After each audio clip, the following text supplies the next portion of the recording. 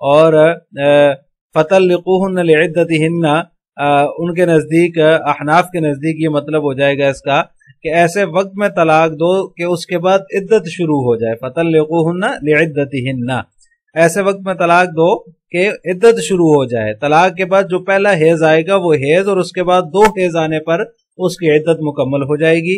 جب عدت گزارنے کے لیے 3 حیض پورے کرنے ہیں تو ایسے وقت میں طلاق دو کہ عدت جو ہے وہ اس کی مکمل ہو جائے. حیض شروع ہونے سے پہلے طلاق دو ایسے وقت میں، یعنی کہ حیض شروع ہونے سے پہلے ہو، اور حیض شروع ہونے سے پہلے کا جو زمانہ ہے وہ طہر کا زمانہ ہے. اور حدیث مبارکہ کے اندر ہے کہ جب اپنی بیوی کو طلاق دے کوئی شخص کسی وجہ سے تو وہ اس کو طہر میں طلاق دے، ایسے طہر میں جس میں جماع نہ کیا ہو، یعنی یا عورت کو حمل ہو تو اس وقت میں طلاق دینی چاہیے. حضرت عبداللہ ابن عمر رضی اللہ تعالیٰ عنہما کا واقعہ مشہور ہے. انہوں نے اپنی بیوی کو طلاق دے دی تھی، لیکن وہ حیض کے دوران جو ہے وہ طلاق دی تھی. حضرت عمر رضی اللہ تعالیٰ عنہ نے آپ صلی اللہ علیہ وسلم سے اس کا تذکرہ کیا تو آپ صلی اللہ علیہ وسلم کو اس پر جو ہے وہ غصہ آیا، سخت ناراض ہوئے. تو پھر جو ہے وہ حضرت عمر سے فرمایا کہ ان سے کہیں کہ بیوی سے رجوع کر لے اور پاک ہونے تک اسے اپنے پاس روکے رکھے. پھر جب ایک حیض آ جائے اور اس کے بعد پاک ہو جائے اور طلاق دینے کا ارادہ پھر ہو تو پھر اس کے طہر میں طلاق دے دے. یہ طلاق طہر کی حالت میں ہو اور ایسے طہر میں ہو جس میں جماع نہ کیا ہو. اور پھر آگے آپ صلی اللہ علیہ وسلم نے فرمایا کہ یہ ہے وہ عدت جس کا حکم اللہ تبارک و تعالیٰ نے دیا ہے، فَطَلِّقُوهُنَّ لِعِدَّتِهِنَّ. تو لہٰذا ایسے طہر میں طلاق دینی چاہیے جس میں جماع نہ کیا ہو. لہٰذا اس حدیث سے پتہ چلا کہ حیض میں طلاق دینا ممنوع ہے. اگر کسی نے حیض میں طلاق دے دی تو وہ رجوع کرے، اور یہ بھی پتہ چل گیا کہ طلاق ایسے طہر میں ہو جس میں جماع نہ ہو، جماع نہ کیا ہو. فَطَلِّقُوهُنَّ لِعِدَّتِهِنَّ کی یہی تفسیر ہے جو کہ مفسرین نے ذکر فرمائی ہے. تو اس کا مطلب یہ ہوا کہ طہر میں طلاق دی جائے تاکہ اس کے بعد پورے 3 حیض آ جائیں، اور جب پورے 3 حیض آ جائیں عورت کو تو اس کی عدت مکمل ہو جائے گی. حضرات شفافے کے نزدیک چونکہ عدت طہروں سے جو ہے وہ معتبر ہے، اس لیے ان کے نزدیک اس آیت کا مطلب یہ ہوگا فَطَلِّقُوهُنَّ لِعِدَّتِهِنَّ. اس کا مطلب یہ ہو جائے گا کہ طہر کے شروع میں طلاق دے دو تاکہ عدت وہیں سے شروع ہو جائے. وَأَحْصُ الْعِدَّةَ اور عدت کو شمار کرو، عدت کو اچھی طرح سے شمار کرو، کیونکہ اس سے بہت سارے مسائل متعلق ہیں. اس میں ایک تو رجوع کرنے کا مسئلہ ہے، جب کسی عورت کو طلاق رجعی دے دے تو عدت کے اندر رجوع کرنا بھی جائز ہے، اور زمانہ عدت کا خرچہ بھی طلاق دینے والے مرد کے ذمہ ہوتا ہے. اسی طرح عدت گزارنے تک اس کا خرچہ بھی اس کو دینا ہے. اگر عدت کے اندر شوہر نے رجوع نہ کیا تو عورت کو عدت گزارنے کے بعد کسی دوسرے مرد سے نکاح کی بھی اجازت ہوتی ہے. اگر اچھی طرح شمار نہیں کیا، وَأَحْصُ الْعِدَّةَ اگر اچھی طرح شمار نہیں کیا تو ہو سکتا ہے کہ ان احکام میں کسی قسم کا کوئی مغالطہ آ جائے، کوئی فرق پڑ جائے. مثلا عورت عدت کے اندر دوسرا نکاح کر لے، یا عدت گزارنے کے بعد بھی شوہر سے وہ اپنے نان نفقے کا مطالبہ کرنے لگے، یا عدت کے ختم ہونے کے بعد جو ہے شوہر یہ سمجھ کر کہ ابھی عدت پوری نہیں ہوئی وہ رجوع کر لے. تو اس طرح کے جو ہے وہ گڑبڑ ہو سکتی ہے، فرق پڑ سکتا ہے احکام میں. اس لیے اللہ تعالیٰ نے یہ دوسرا حکم یہ دیا وَأَحْصُ الْعِدَّةَ عدت کو اچھی طرح سے شمار کرو. آگے فرمایا وَاتَّقُوا اللَّهَ رَبَّكُمْ اور اللہ سے ڈرو جو تمہارا رب ہے. عورت جھوٹ نہ بولے کہ میری عدت گزر گئی ہے، اور مرد عدت گزارنے کے بعد بھی رجوع کا دعوے دار نہ ہو، اور عدت گزر جانے کے باوجود عورت جو ہے وہ خرچہ وصول نہ کرے. یعنی یہ چیزیں نہیں ہونی چاہیے. اس معاملے میں جو ہے وہ اللہ سے ڈرنا چاہیے، اس کے حکم کی اطاعت کرو، اور اس کے حکم میں جو ہے وہ جو اس نے حکم دیا ہے اس میں نافرمانی نہ کرو، اللہ تعالیٰ سے ڈرتے رہو. اور اس کے بعد اگلا حکم اللہ تعالیٰ نے دیا لا تخرجوہن من بیوتہن، ان کو گھروں سے نہ نکالو. یعنی جن عورتوں کو تم نے طلاق دے دی ہے انہیں عدت کے دوران گھر سے نہ نکالو، اور وہ عورتیں خود بھی نہ نکلیں گھروں سے، گھروں میں ہی رہیں جس گھر میں انہیں طلاق ہوئی ہے. جس عورت کو طلاق ہو گئی اس کا نفقہ یعنی جو خرچہ ہوتا ہے وہ اس کے شوہر کے ذمے ہے، اور رہنے کے لیے گھر بھی طلاق دینے والے شوہر کے ذمے ہے. تو مرد بھی اسے گھر میں رکھے، اس کو نہ نکالے، ولا یخرجنا، اور نہ ہی وہ خود اس گھر سے نکلے، اسی گھر میں اس کو عدت پوری کرنی چاہیے، یعنی کہ گھر سے نکلنا اس کا جائز نہیں۔ اگر کوئی گھر سے نکلتی ہے عورت یا اس کو نکالا جاتا ہے تو یہ اللہ تعالیٰ کے حکم کی صریح خلاف ورزی ہے۔ الا ان یاتین بفاحشۃ مبینہ، ہاں اس میں ایک استثناء کی صورت ہے، اس صورت میں عورت کو عدت کے دوران گھر سے نکالا بھی جا سکتا ہے اور وہ نکل بھی سکتی ہے، یعنی اگر متعلقہ عورت عدت کے زمانے میں کوئی بے حیائی کا کام کر بیٹھے تو اسے گھر سے نکالا جا سکتا ہے جس میں اس کو طلاق دی ہوئی ہے، یعنی جس گھر میں اس کو طلاق ہوئی اس گھر سے اس کو نکالا جا سکتا ہے۔ مثلا اس نے زنا کر لیا تو حد جاری کرنے کے لیے اس کو گھر سے نکالا جائے گا اور پھر واپس حد جاری کرنے کے بعد اسی گھر میں واپس لایا جائے گا، لہٰذا یہ ایک استثناء کی صورت ہے، اس کے علاوہ اور کوئی اس کے گھر سے نکلنے کی یا نکالنے کی کوئی صورت نہیں ہے۔ وَتِلْكَ حُدُودُ اللَّهِ وَمَن يَتَعَدَّ حُدُودَ اللَّهِ فَقَدْ ظَلَمَ نَفْسَهُ، یہ اللہ تعالیٰ کی مقرر کی ہوئی حدود ہیں، یہ اللہ کے احکام ہیں، ان کی پابندی کرو۔ وَمَن يَتَعَدَّ حُدُودَ اللَّهِ، اور جو شخص اللہ کے حدود سے، اللہ کے احکام سے تجاوز کرتا ہے، آگے بڑھ جاتا ہے، فقد ظلم نفسہ، تو اس نے اپنی جان پر ظلم کیا ہے، اللہ تعالیٰ کی نافرمانی اپنی ہی جان پر ظلم ہے، اس کی وجہ سے دنیا اور آخرت میں اس کو سزا مل سکتی ہے۔ طلاق اور عدت اور رجوع کرنا اور گھر سے نکالنے کی تاکید، ان میں سے کسی بھی حکم کی جو ہے وہ مخالفت کی تو یہ ظلم میں شمار ہوگا۔ لا تدری لعل اللہ یحدث بعد ذلک امرا، ہو سکتا ہے کہ اللہ تعالیٰ طلاق دینے کے بعد کوئی نئی بات پیدا فرما دے، مثلا یہ ہے کہ طلاق کے بعد ندامت پیدا ہو جائے، دل میں رجوع کرنے کا جذبہ پیدا ہو جائے، سوچ سمجھ کر احکام شرعیہ کو سامنے رکھ کر طلاق دینے کا اقدام کیا جائے۔ صاحب معالم التنزیل لکھتے ہیں کہ اس سے یہ پتہ چلا کہ 3 طلاق بیک وقت نہیں دینی چاہیے، کیونکہ اس کے بعد رجوع کا حق ہی باقی نہیں بچتا۔ اگر 3 طلاقیں دینی ہی ہوں تو ہر طور میں 1 طلاق دے، 2 طلاق تک عدت میں رجوع کرنے کا حق ہے۔ اگر 3 طلاقیں ایک ساتھ دے دیں تو رجوع کا وقت ہی ختم ہو جائے گا، اور طلاق بائن سے بھی رجوع کا حق ختم ہو جاتا ہے۔ اس لیے سوچ سمجھ کر یہ جو فیصلہ ہے اس کو لینا چاہیے، اللہ تبارک و تعالیٰ نے اسی لیے اس کی تاکید فرمائی ہے۔ طلاق دینے کے لیے سوچنا چاہیے کہ اتنا بڑا فیصلہ ہے، علادگی کا فیصلہ ہے، سوچ سمجھ کر اللہ تعالیٰ کے دیے ہوئے حکم کے مطابق اس کو جو ہے وہ اپنانا چاہیے، بیک وقت 3 طلاقیں بھی نہ ہوں، اور جو ہے وہ حیض کے اندر بھی طلاق نہ دے، اور جو ہے وہ طہر کے اندر طلاق دے۔ اگر 3 ہی دینی ہے تو 3 طلاقیں ہر طور میں 1 کر کے دے۔ اب اس آیت کی تفسیر جلالین ملاحظہ ہو، یا ایھا النبی،